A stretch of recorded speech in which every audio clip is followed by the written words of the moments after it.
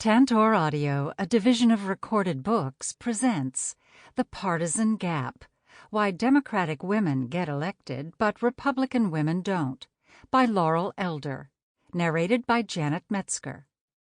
Publisher's note: in this audio edition, you will hear references to figures and tables present in the print and e-book formats of the book. Preface. The analyses for this book were completed in summer 2020 as anticipation was building for the 2020 elections. While no woman ran as either party's presidential nominee, Kamala Harris was elected in November 2020 as the first woman vice president of the United States. The 2020 elections also saw a record number of women run and win legislative office, shattering the records set in 2018. Yet the story of women's representation in elective office is a tale of two parties. For the past several decades, Democratic women have made steady, impressive gains in state legislatures and Congress, and they are on a clear path toward equal representation among their party's elected officials. Progress for Republican women, however, has stalled and in many cases reversed, leaving the Republican Party in government more male-dominated today than 3 decades ago. As a result of these contrasting partisan dynamics, as of 2020, there are 5 times as many Democratic women in Congress as Republican women. This book argues that the causes of the dramatic partisan gap among women in elective office are not short-term or idiosyncratic, but grounded in structural forces that have reshaped the American party system over the last half-century. The racial, ideological, and regional realignments of the Democratic and Republican parties, transformations that have received widespread discussion in scholarly literature as well as the popular press, have also had a tremendous impact on women's representation, which has received far less attention.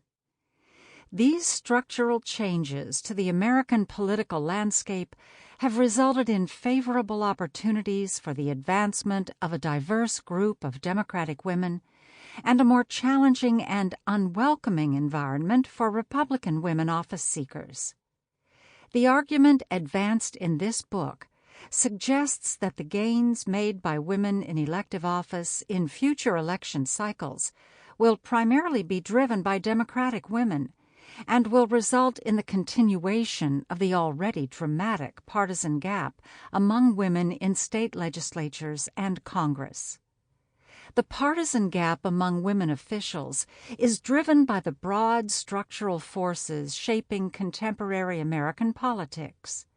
As a result, the strikingly different levels of representation of Republican and Democratic women in elective office is unlikely to meaningfully abate until there is a new party realignment that reshapes the party coalitions and electoral environment in the United States.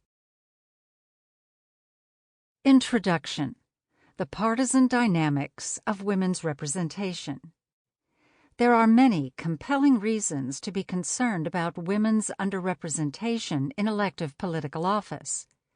Women compose slightly more than 50% of the population in the United States, but remain dramatically underrepresented in all types of elective political office, from state legislatures to Congress to governorships. The United States has yet to elect a woman as president. Many believe American democracy would be healthier and stronger if its elected officials were a more accurate reflection of the public. Having women descriptively represented in political office allows women and girls to see people like themselves in positions of power and lends legitimacy to the political system. Women carry out their work as elected officials differently than men. They bring a distinctive set of priorities and operate differently than their male colleagues, driven by their distinctive experiences as women, and thus the underrepresentation of women holds significant consequences for substantive representation. women's representation in state and national-level political institutions is particularly important as legislatures are passing or attempting to pass laws concerning health care, reproductive rights, sexual assault, pay equity, and the minimum wage, issues that disproportionately and differentially affect women. Moreover, having more women in elective office may help our political institutions function more effectively and better address our nation's problems. For those who value women's representation and believe that our democracy would be stronger if women were represented proportionally, the past several decades have been frustrating. Women's representation in political office has increased only at a very slow rate. In fact, in some years, the number of women in the U.S. House of Representatives and in state legislatures actually went down, challenging the assumption that progress toward equal representation by gender might be slow, but would inevitably happen. The 2018 elections marked a departure from this glacial progress, as women smashed existing records for political office holding. The 116th Congress, 2019 through 2021, has within it a record-breaking 26 women in the Senate and 101 women in the House of Representatives.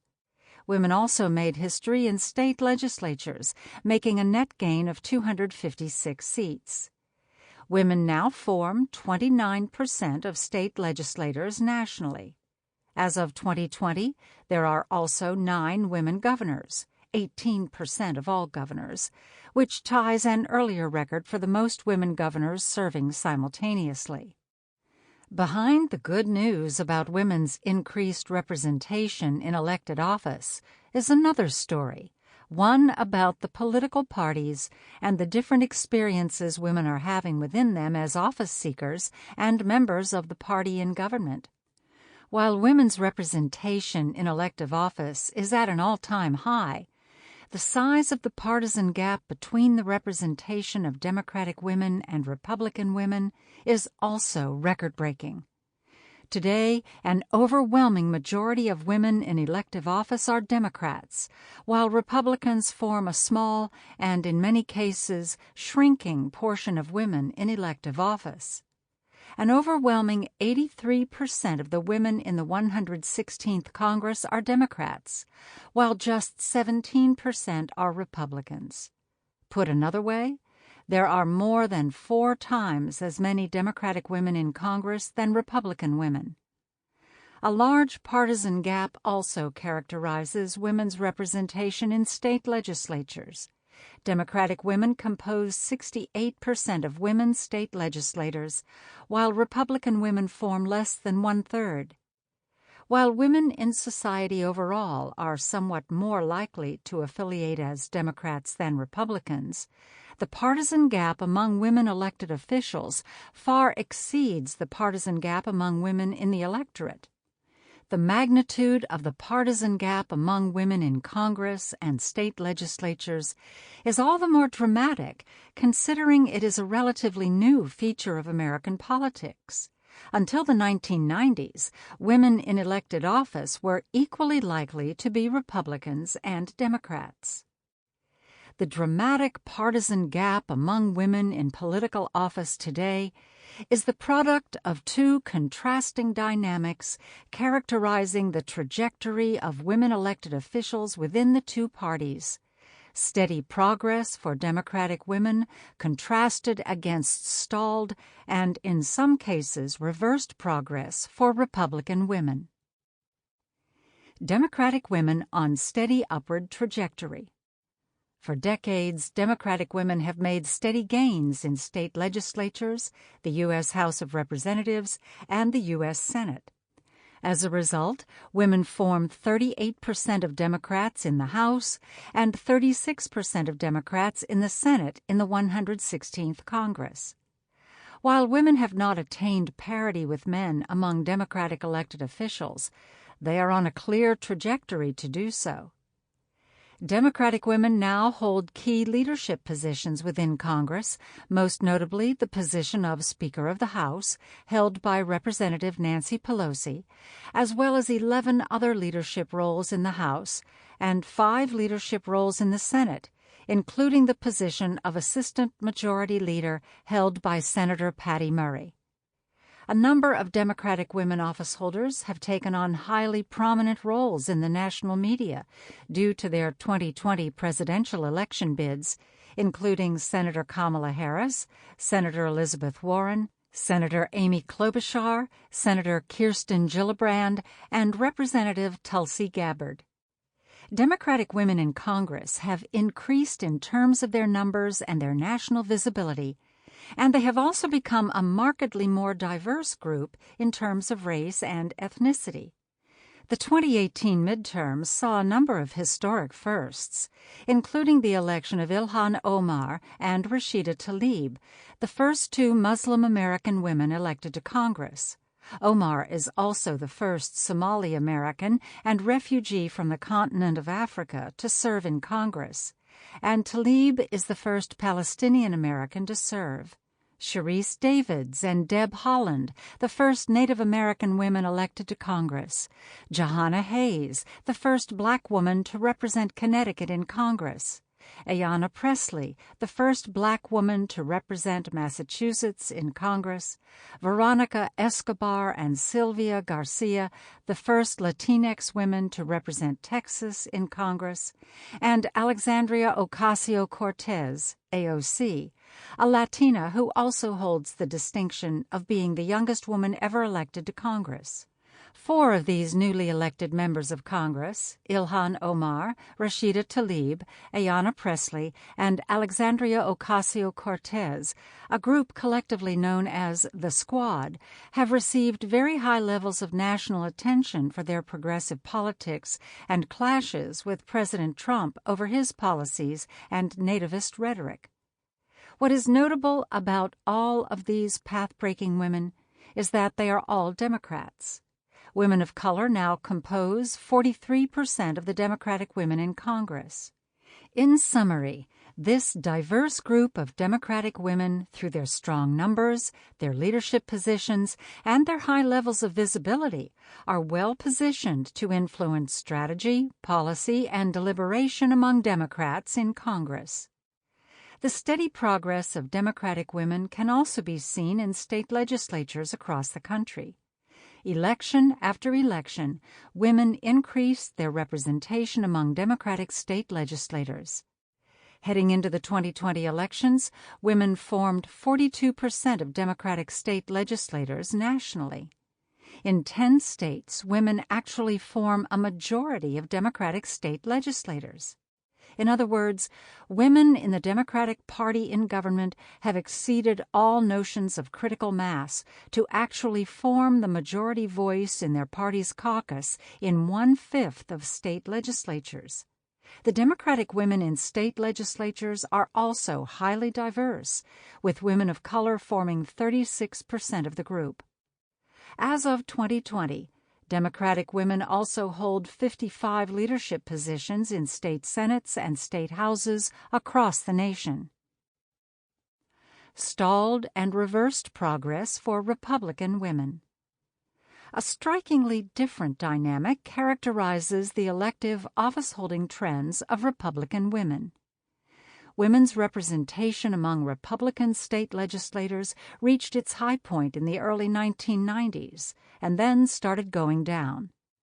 In a surprise to those who assumed women's representation in elective office would inevitably increase with time, women actually form a smaller share of Republican state legislators today than they did in the early 1990s. In contrast to their Democratic counterparts, Republican women state legislators are not diverse in terms of race and ethnicity. Slightly more than 97% of Republican women state legislators are white.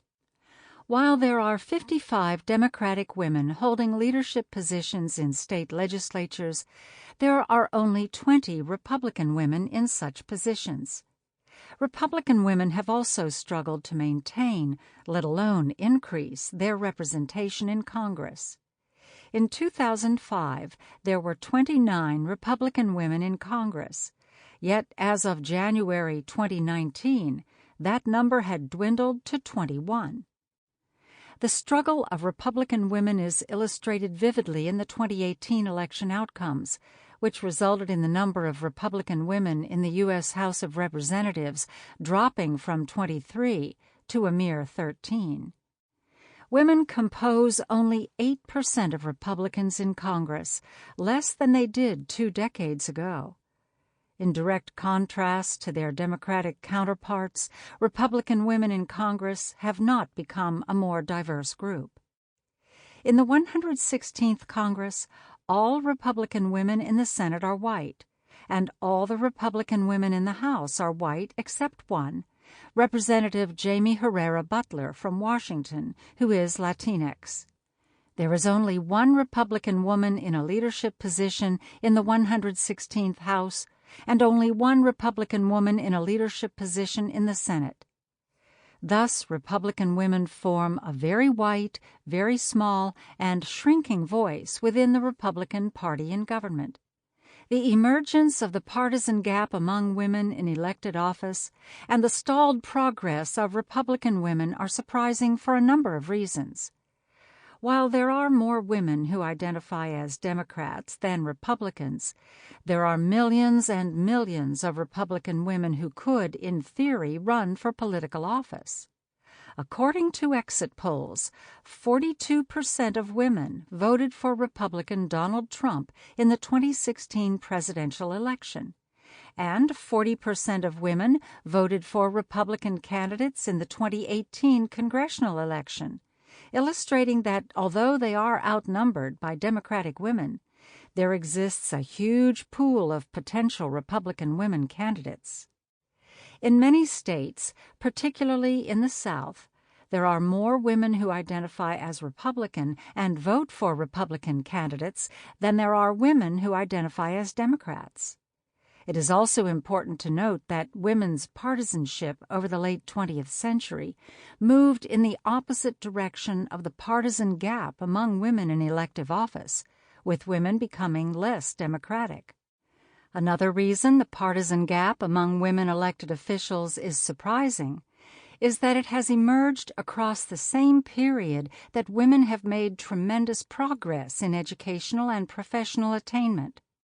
Since the early 1990s, women have graduated from college at higher rates than men. Women are attending law school and entering legal careers, which are common launching pads for political careers, at similar rates as men. In other words, women have been steadily increasing their presence among what scholars have labeled the eligibility pool of candidates, individuals who possess the informal requirements of political office holders, including high levels of education, law degrees, and experience in professions, most notably lawyers, that often act as launching pads for political careers. Many predicted that as women's presence within the candidate eligibility pool increased, women's presence among those in elective office would also increase. This has happened, as the following chapters of the book illustrate, but only for Democratic women. Surprisingly, the growing pool of highly educated women with a range of relevant professional experiences has not turned into increasing representation for Republican women in elective office. In fact, over the same time that women have made significant gains professionally and in terms of education, the number of Republican women in elected office has stalled and, in many cases, gone down. The dwindling number of Republican women in elected office at the state and national levels is also surprising, given the robust, policy-oriented, grassroots activism and leadership among conservative women over the last several decades.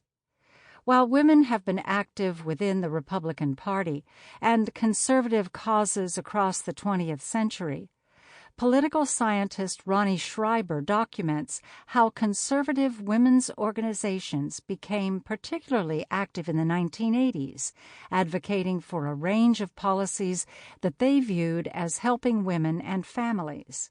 With the emergence and prominence of the Tea Party movement in the 21st century, conservative women became what scholar Melissa Deckman refers to as a visible force with which to be reckoned.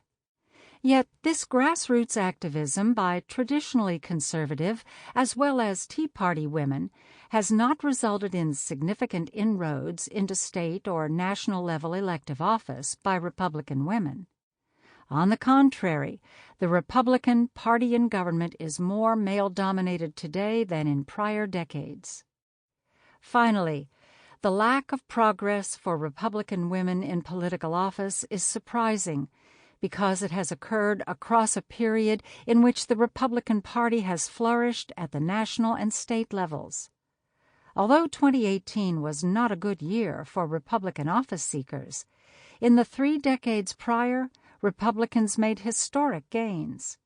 Republicans emerged from the 2016 elections in control of 67 state legislative chambers, the most the party has held throughout its history, as well as more than 4,160 state legislative seats, the most the Republican Party has held since 1920.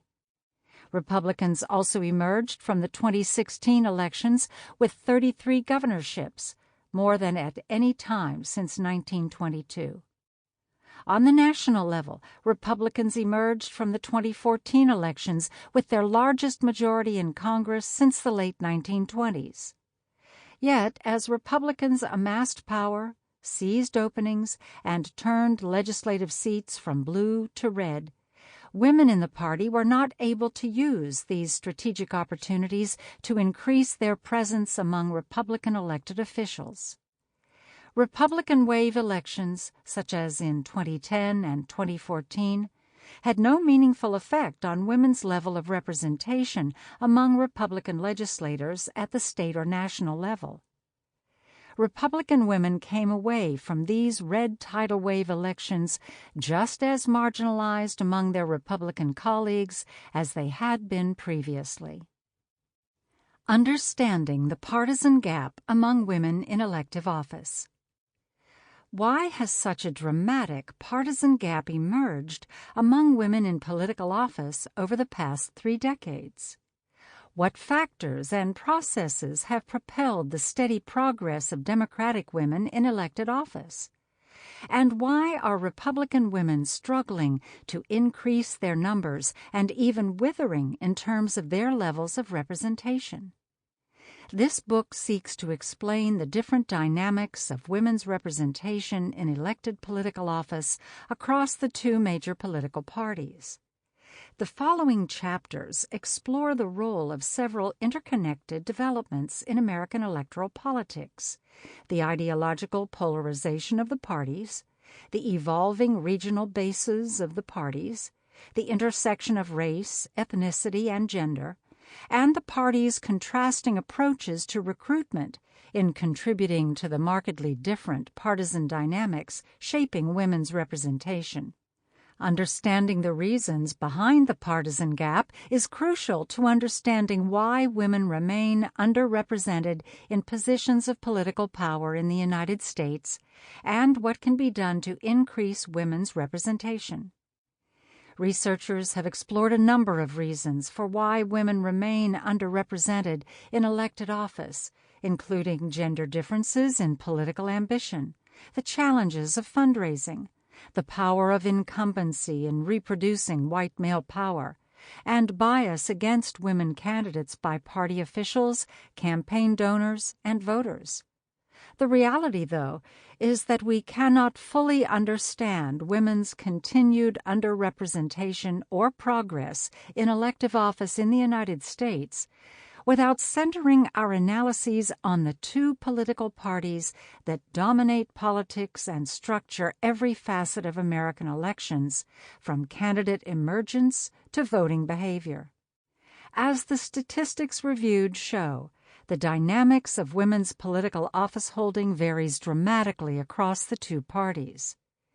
There is something very different happening when it comes to women candidates and women elected officials in the Democratic Party compared with their Republican counterparts.